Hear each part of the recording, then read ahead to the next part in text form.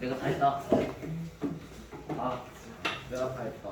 자, 우선은 거기 1번을 한번 봅시다. 1번. 자, 그 과거의 기후를 연구하는 방법이래. 그래서 아까 잠깐 이제 뭐 쏘기만 했는데, 가를 보게 되면 기후에 따라 달라지는 식물의 생장 속도를 조사한다 되는데 이게 아까 얘기했었던 나이키 두방이다. 똑바로 앉으셔야지. 생각기 전에. 얘 너였어. 네? 똑바로 앉으라고. 네. 나무와 같은 경우에는 아무래도 그 기온이 높으면 생장을 아주 빠르게 하게 돼. 그래서 나무 나이테와 나이테 사이의 간격이 넓어질 수밖에 없습니다. 그리고 추워지게 되면 생장 속도가 느려지기 때문에 간격이 좁아질 수 있다 이 얘기지. 그래서 그런 거를 보는 것이고 날을 보게 되면 이제 화석을 이루고 있는 생물의 서식 환경을 조사한다 되어 있는데 이 화석이라고 하는 것은 그 크게 우리가 두 종류로 볼 수 있는 것이 하나는 시상화석이라고 하는 것이 있고 하나는 표준화석이라고 하는 것이 있는데 요거는 뭐들 다 화석이라고 연료하지 말고 그냥 그런 게 있다 정도 봐주시면 돼. 시상화석은 이 생물이 어디서 살았는가, 어떤 환경에서 살았는가를 알 수 있는 화석들. 그래서 이제 화석이 무엇이 나온가를 보면 당시의 장소 환경을 추정할 수 있는 것들인데 대표적인 것이 고사리가 이제 그런 경우지. 고사리는 지금이나 그때나 과거나 똑같은 환경에 살았다라고 볼 수 있는 거야. 그래서 온난, 다습한, 육지 이렇게. 그 다음에 뭐 산호라든지 조개와 같은 이런 것들은 얇고 따뜻한 바다 뭐 이런 식으로 이제 환경 장소를 알 수 있는 것들 이게 다 시상화석. 표준 화석이라게 되면 딱 시대를 알 수 있는 화석들.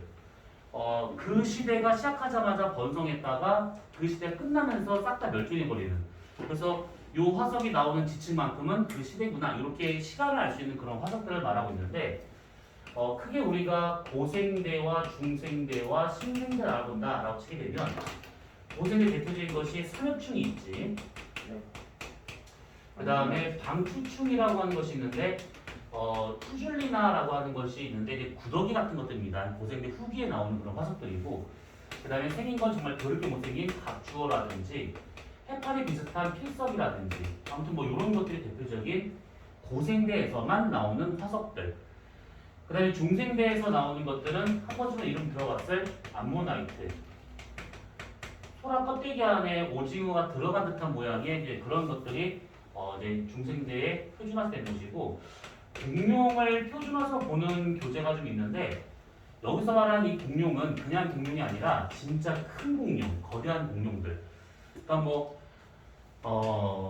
악어나 뭐 요 정도 사이즈 같은 경우는 공룡으로 보기가 좀 민망한 정도야. 왜냐면 그때는 지금이랑 똑같이 있으니까. 그래서 티라노라든지 브라키오 같이 이렇게 큰 것들 그런 거 위주로 이제 중생대에서만 나오는 화석이구나 이렇게 보시면 되고 신생대와 같은 경우는 동전 모양을 닮은 화폐석 4분의 1쪽인데 아무튼 이렇다 치고 활 달린 코끼리 같은 네모들 이런 것들이 대표적인 표준화석.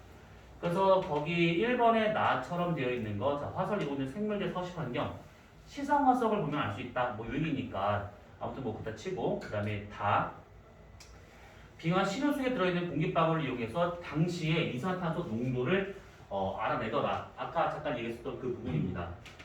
아무튼 이런 방법도 있대. 자, 그러면 기억. 가의 나이트 간격은 한랭한 시기보다 온난한 시기에 더 넓을 것이다. 생장을 많이 했었을 거니까 그렇겠지. 니은의 양치식물 화석은 주로 한랭 건조한 시기가 아니고 온난 다습한 육지에서 볼 수 있는 거니까 니은은 틀렸겠고. 디귿 다의 빙하 시를 이용한다 하면 양치식물 화석보다 더 오래전의 기후를 알 수 있을 것이다 했는데 기본적으로 빙하라고 하는 것은 아주 오래전 빙하가 있을 수도 있긴 하겠지만 현재까지 발견된 빙하가 그리 오래된 게 없습니다. 그러니까 다 해봤자 신생대 정도의 빙하밖에 없기 때문에 고사리는 저게 고생대도 활동한 애들이거든. 그러니까 확실히 저런 시상화석을 통해서 보는 것이 더 먼 과거까지 알아낼 수가 있더라 이 얘기입니다. 그러면 뒤에 틀렸기 때문에 답은 기억 하나밖에 안 되겠지. 자, 그러면 거기서 2번과 3번 한번 풀어보세요. 지금 2번, 3번.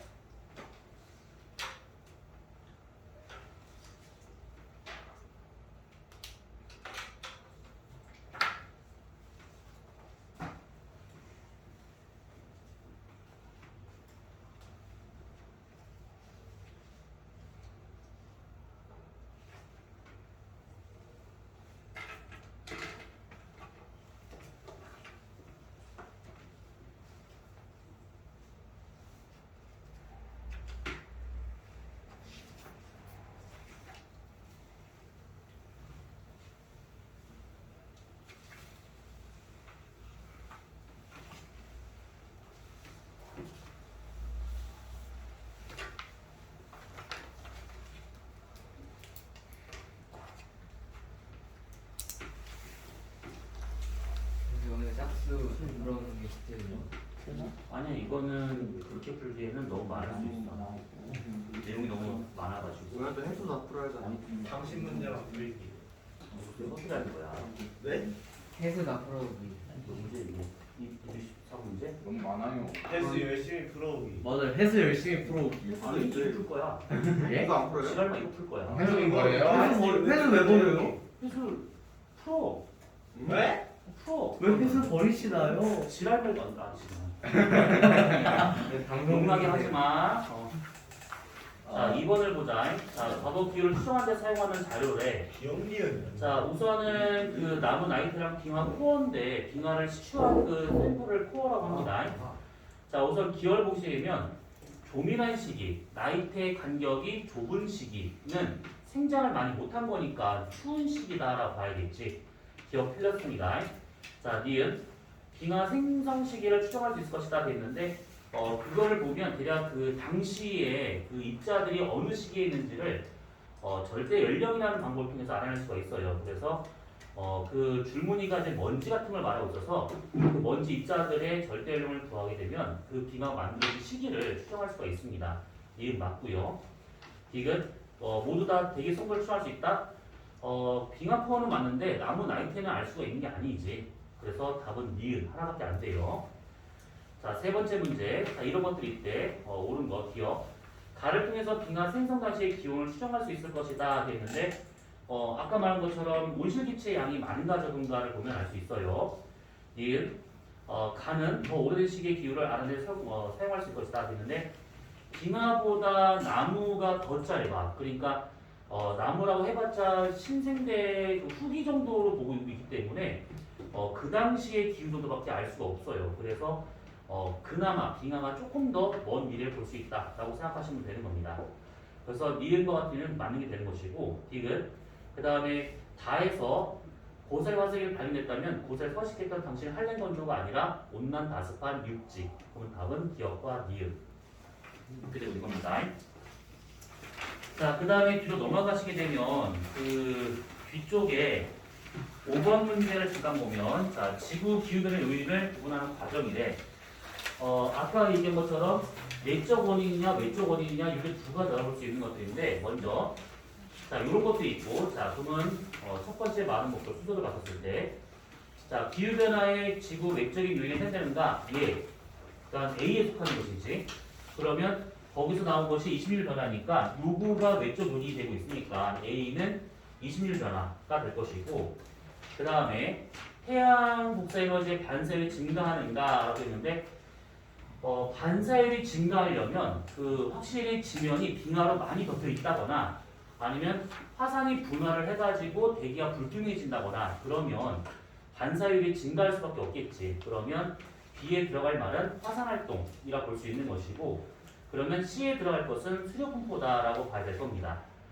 자 그러면 기억 A의 값이 현재보다 커진다면 그를 전에 지구 입산 태양성이 증가할 것이다 했는데 요거는 아직 얘기를 안 했습니다. 그래서 요거는 우선 맞는 것인데 우리가 뒤에 가서 얘기 다시 한번 할 건데 이거는 자 니은 비로 인해서 지구 평균열이 일수 낮아질 것이다. 화산이 분화하잖아요. 그러면 대기가 불투명해집니다. 그러면 태양 복사에너지가 안 들어와. 그러면 지면의 온도가 떨어집니다.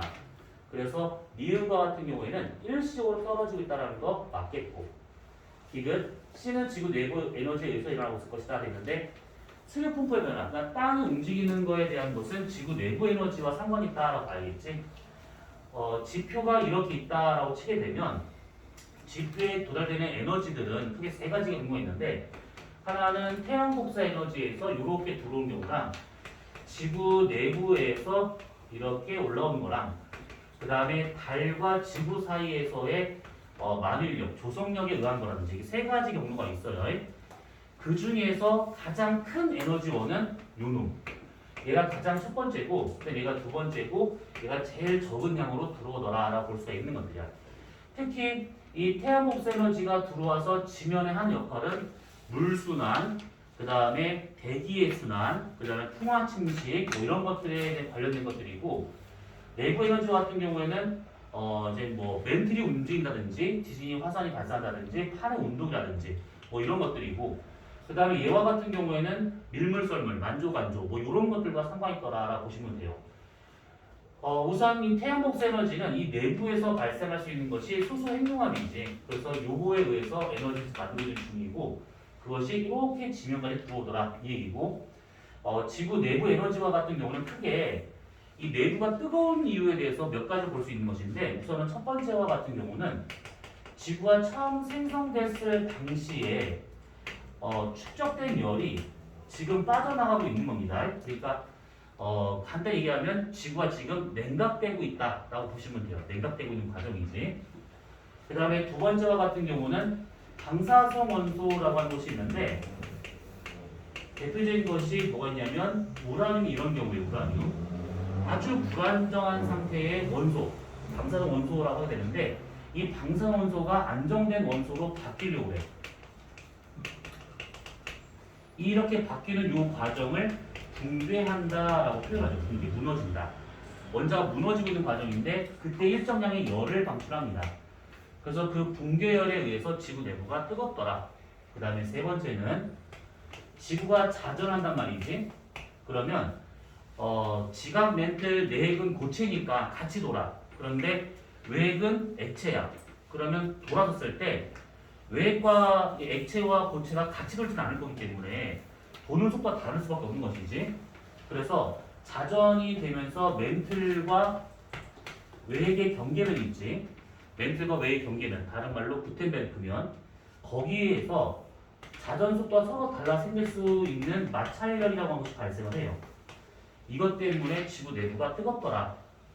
이렇게 볼 수 있는 겁니다. 아무튼 뭐 이런 것들에 의해서 지구 내부에 열이 발생한다 이 얘기고 얘 같은 경우에는 그냥 질량을 갖고 있으니까 서로 잡아당겨 있는 만유인력이다라고 보시면 돼.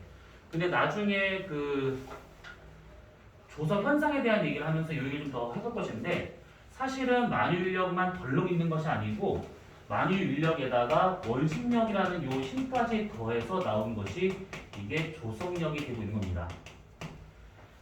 그래서 이제 밀물설 같은 게 나타나더라 이 얘기지. 자 아무튼 그래서 5번의 디귿과 같은 경우에는 지구 내부 에너지 맞겠다 뭐 이 얘기입니다. 자 그러면 뭐 5번, 6번을 보도록 합시다. 똑같은 문제니까. 자 지구 내적 요인에 해당되는가 A에 들어가는 거. 그러면 그 처음에 들어있는 거 보니까 자전축 방향의 변화, 세차 운동이라고 다른 내용이 있어요. 여기에 20일 변화. 이 두 가지 다 지구의 자전 공전을 제외한 다른 운동이니까 온실기체의 증가가 A에 들어간다라고 봐야겠지. 세차 운동과 관련 있는가 B에 들어갈 거 그게 자전축 방향의 변화. 다른 말로 이게 세차 운동이라는 뜻이고 그러면 C에 들어갈 말은 20일 변화 이렇게 볼 수가 있는 것들이고. 자 그러면 기억. A에 의해 주로 가시광선 형태의 재복사량이 증가할 것이다 되어 있는데 A가 지금 온실기체의 증가가 되고 있어. 그러면 지구가 대기로 덮여있기 때문에 확실히 이게 어느 정도의 기온을 유지하는 효과가 발생을 하게 돼. 그것을 우리가 온실효과라고 하고 있는 것들이지. 근데 온실효과를 일으키는 파장은 가시광선이 아니라 적외선 영역입니다. 그래서 기억과 같은 경우에는 가시광선 때문에 틀렸다라고 볼 수가 있는 것이고 니은 B에 의해서 현재 북방울은 이 니은과 디귿은 우리가 뒤에서 좀 다시 설명할 거니까 우선 두 개는 맞겠다라고 보시면 돼요. 요거는 좀 더 지나고 난 다음에 설명을 하고 보도록 합시다. 이것은. 자 그러면 8번 문제 8번. 자 지구 내적 요인인데 박스 안에 있는 걸 보니까 화산활동, 지면의 상태 변화 뭐라고 되어 있어요. 여기서 이제 옳은 걸 골라보게 되면 우선 기억 8번이야. 가해에서 분출된 화산재는 지표 부근의 평균을 높인다. 아니라고 했었어 아까. 화산재가 분화하게 되면 태양복사에 못 들어와. 추워집니다. 기억 틀렸겠고. 이은 극지방의 빙하 면적은 나의 2가 될 것이다. 이게 그것이 있어요. 그 반사율이라고 하는 것이 있는데 요게 태양복사 에너지의 반사율이야. 지면에서의 반사율. 이것과 반대하는 것이 흡수율이라고 볼 수가 있는 것이지. 그래서 예를 들면 빙하와 같이 하얀색이래. 그럼 반사율이 한 90% 정도가 돼. 그럼 흡수율이 한 10%밖에 안 된다는 얘기지. 사막처럼 아무것도 없는 상태야. 모래나 자갈밖에 없대. 그러면 반사율이 한 40% 됩니다. 그러면 지면 흡수율이 60% 된대. 농경지처럼 논밭대기로 되어 있대. 그럼 보통 한 15% 되고 있는데 그냥 편하게 20%라는 가정합시다. 그러면 80%는 흡수가 되고 있고 살림 지역, 그러니까 정글이나 어떤 밀림 같은 그런 살림 지역이 되어 있대. 그러면 한 10%밖에 반사 안 해요. 나머지 90%는 다 먹는다 이 얘기지.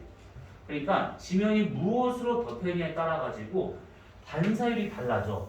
그러면 흡수율이 달라지더라 이 얘기지. 그래서 빙하가 넓게 분포하게 되면 반사율이 워낙 높다 보니까 흡수율이 떨어지게 돼. 흡수율이 떨어진다라고 하는 것은 이게 곧 기온을 의미하고 있는 거야, 기온. 그래서 기온이 제일 낮을 때구나 볼 수가 있는 것이고, 요 나머지와 같은 것들은 이제 이 지면의 상태가 바뀌면서 사막화 현상을 낼 수 있는 것들이기 때문에 요걸 뒤에서 우리가 사막화에 대한 얘기를 하면서 따로 볼 겁니다, 이것은. 자, 그러면 우선은 니은은 맞아. 빙하 면적은 나에 해당되고 있다는 건 맞겠고, 이게 가나모도 지면이 흡수한 태양복사 에너지 양을 변화시킬 것이다 되어 있는데, 그렇지. 대기에서 튕겨내든 지면에서 튕겨내든 결국은 태양복사 에너지 양을 변화시킨 것은 똑같습니다.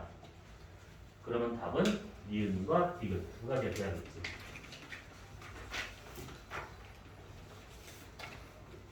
자, 우선은 이렇게 보면 될 것 같고, 그럼 여러분들이 9번, 10번, 11번 세 개만 풀어보세요. 9번, 10번, 11번.